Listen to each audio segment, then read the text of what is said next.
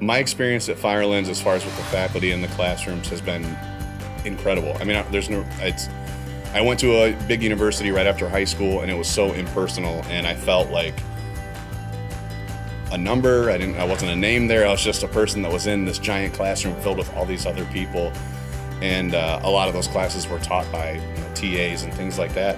So when I came to Firelands, and I have all these professors with, these are all PhDs who are teaching the classes, and they're smaller classes, so you're getting attention from the professors that you wouldn't get at a bigger university. So I think the value of my education that I've already received here at Firelands has already surpassed what I've gotten anyplace else.